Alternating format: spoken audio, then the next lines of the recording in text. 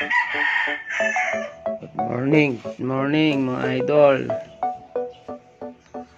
Ang aking drip improvised incubator mga idol.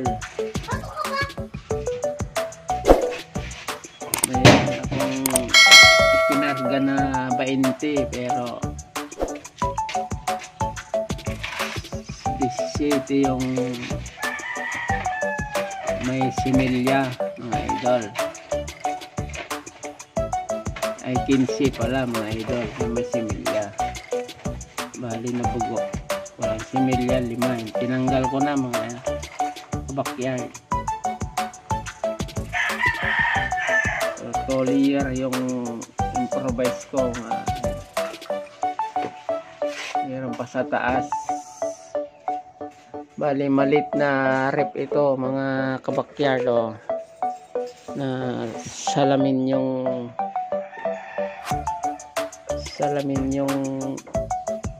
takip niya para nakikita sa loob.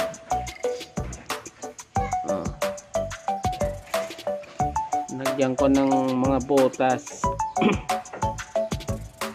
dun sa likod, side by side,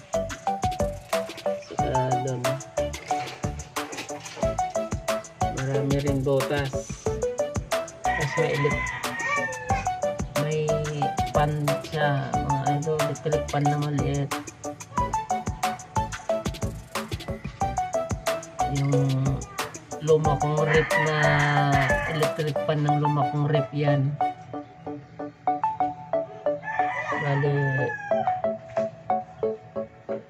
may ilaw, dalawa yung light na lalagyan ng ilaw, kaso lang isa na lang inilagay ko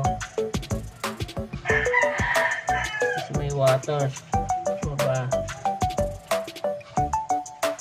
Bali inarangan ko dito para hindi direkta na iinitan. Yung electric pan na lang yung nagsisirculate ang init.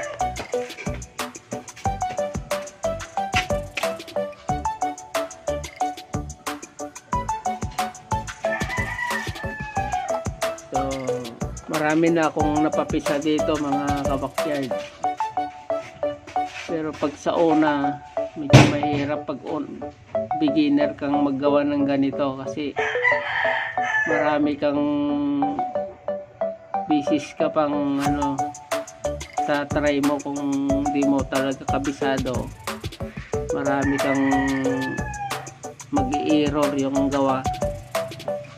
Kailangan talaga kung gumawa ka ng ganito, magpaturo ka na sa naka-experience na, yung alam na yung mga timplahan para hindi ka mag-i-error yung pag-incubator mo. So meron humidity, clock humidity siya. Ito yung sensor niya. Ito yung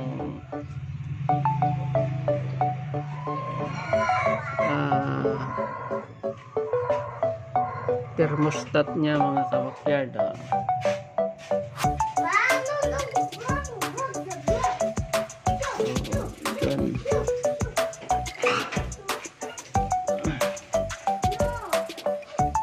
Ayan na mga kabakyard,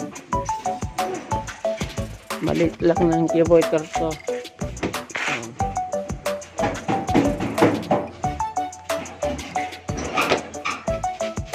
So yun na kabakyard.